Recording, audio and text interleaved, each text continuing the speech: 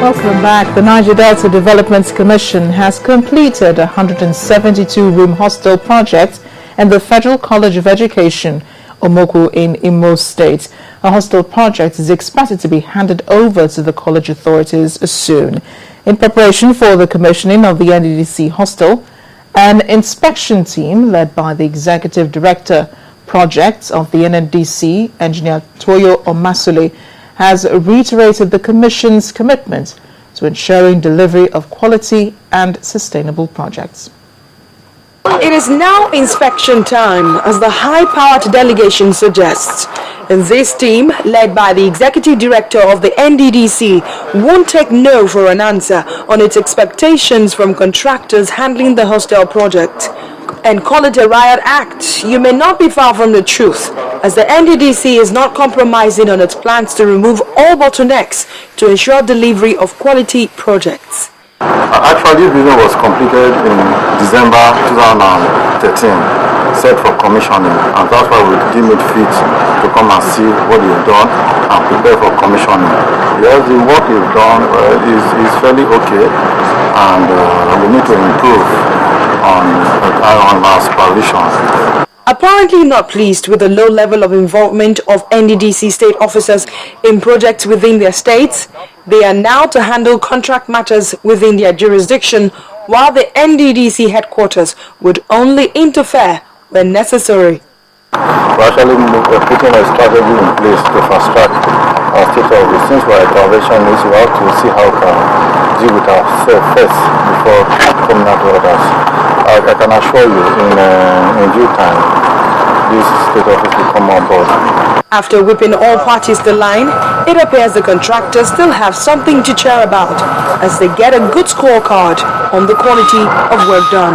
I thank God that the NDDC hostel prototype, part of Imo State, has been completed. So I thank God for that. So we can improve from that, since we have something already on ground in Imo State.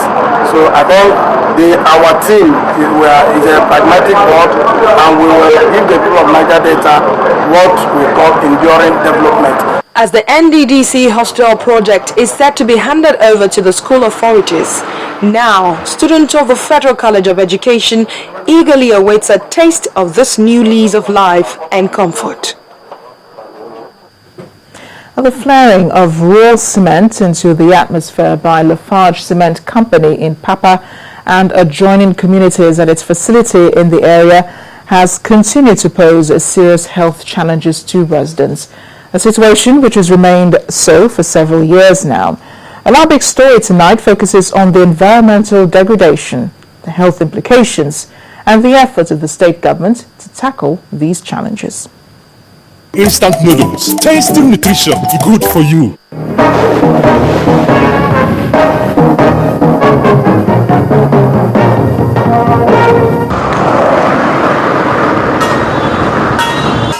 Ogun State has about 158 industrial establishments which generate over 5,000 tons of solid waste yearly, and a bulk of it comes from the cement industry. One of them is the Lafarge Cement Factory located in Itori, a Wekoro local government area, which emits high particles of cement waste into the atmosphere on a daily basis. Their mission reaches neighboring communities like Papa. This is one way the company disposes waste materials, but the effect on the residents gives cause for concern. Most of them that are working in that cement factory, but I didn't know, I can't detect some of the, most especially it gives them coughs, catarrh, and some of the symptom fever. Maybe they should find something for us so that the dust will be reduced, because it affects most people. If people are losing their life. On health hazards faced by the community, Chairman of the Nigerian Medical Association in the state explains that indeed the pollution in the area is enough to create health challenges. It is not good at all, because effectively those cement dust, when inhaled, they decrease the amount of oxygen that can be taken into the body. and that makes them to be having respiratory distress. They keep on coughing, keep on having all sort of bad things, chest pain. So it is not good, and that's why we believe that they should be able to rise up to their responsibility and repair their client or their structure that broke down. They are also appealing to the state government and the company concerned to find a lasting solution to it. People, let them come and ascertain the level of impact this thing is having, and should there be any negative impacts discovered that this thing is posing to the health of the people, government should please come up with whatever measure that will be necessary to put a stop to it. The Ministry of Environment says government is aware of the situation and that the machinery has been put in place to compel industries emitting dangerous fumes into the environment to comply with minimum standards. As a matter of fact, we have written to all of them, including all the steel mills in Ogun State. There is a limit beyond which the law does not allow you to emit. We have written to all of them on the need for us and those companies to check the level of emission with a view to ascertaining whether it is beyond or above the limit. So we're in that process now. That's why I talked about the standards. We are well below the standard, but we are doing everything to move towards perfection. And that's why we do our annual shutdown. Very shortly we'll be having an annual shutdown of this equipment, and you will see the improvement that will always come. And it's like your car, you drive it for a while, and after a while you need to do maintenance, and that's exactly what we do. We have regular scheduled maintenance. We have some weekly maintenance, we have some monthly maintenance, and there are some maintenance that you do on quarterly basis and some half-yearly basis, and that's what we are doing to keep things under control. According to a study by the Nigerian Environmental Association, the Ogun State government loses about 2.8 million naira per year due to the economic impact of environmental degradation. Some of the indirect causes are the lack of property rights, lack of control and enforcement, the existence of many economic distortions, and the use of inappropriate technologies. An environmental action must be embarked upon by the state governments and relevant agencies to avert further health problems and degradation.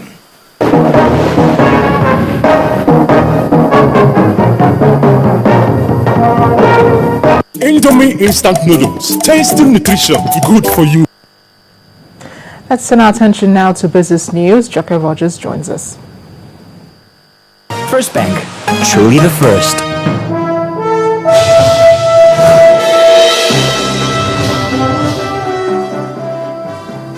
Thank you, Amarachi. Welcome to Business News. In another 4 years from now, global development partners are expected to have contributed up to $2 billion to shore up the nation's power sector.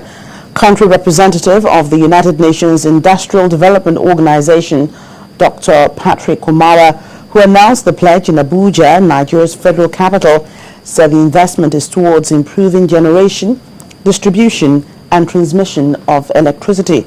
Dr. Kumara pledged continuous support for other sectors of the economy, begging for attention. In the meantime, $11 billion has been invested in Nigeria's agriculture sector by private investors and development partners since the federal government launched its transformation agenda in 2011.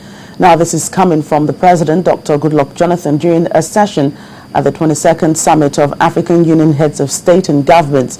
He told participants at the session dedicated to the consideration of measures to boost food security in Africa that they should emulate Nigeria's decision to treat agriculture as a viable business and not a development program. According to the President, over 65% of the arable land left to feed 9 billion people in the world is in Africa. He told other leaders on the continent that Africa cannot be truly free until it can feed itself.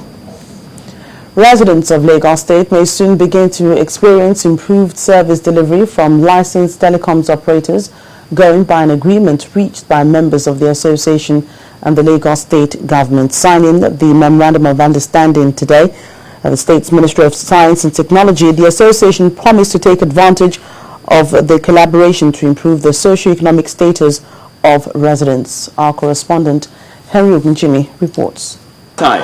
Telecoms operators have had to contend with challenges like multiple taxation and regulations from government and its agencies when seeking approvals, permits and right-of-way for infrastructure development, leaving the consumers at the receiving end.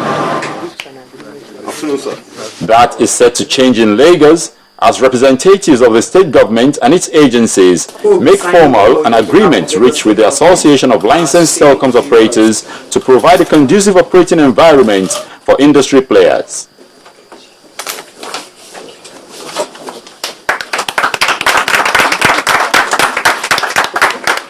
And we have agreed as well, because they're deploying infrastructure which is important for the continued economic development of the states, to give them a good slash of rates, if I can put it that way very bluntly, in some cases by as much as 85%. So I think, just to show that we're not seeking to make money from just from their investments. So we want them to invest in the economy and enjoy it, and we all want to enjoy it as well. The association welcomes the development and promises to bring the socio-economic benefit of communication to the state. We want to assure you that following this agreement, Lagos will have the best network in the country within the next 6 to 12 months. We assure the state government and the people of Lagos that we will assist in building a digital Lagos, we will assist in the development of a smart city. Our members will deploy infrastructure to the highest best standards that we can see anywhere else in the world. We follow the rules, we play by the rules, we cooperate and collaborate with the government and people of Lagos State. The operators are also asking other states across the country to adopt this template. This way, they say, the benefits of telecommunication will be optimally maximized in Nigeria. Eri Ogunjimi, Channels Television News. Obisi Coker joins us now with today's figures from the stock market.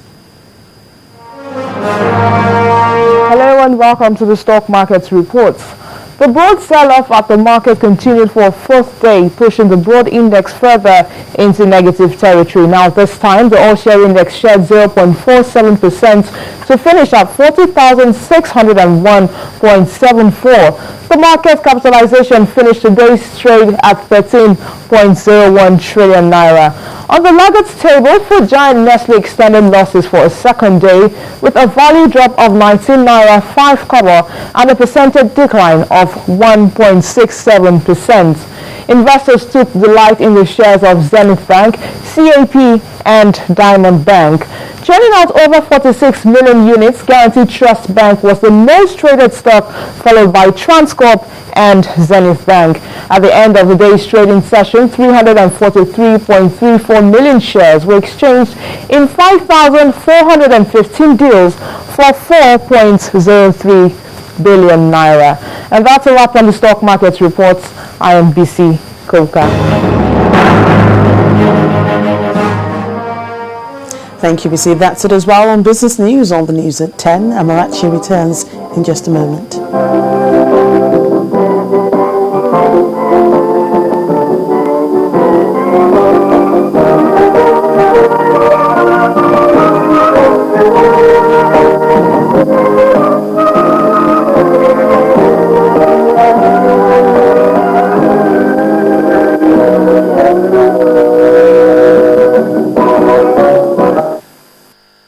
First Bank, truly the first.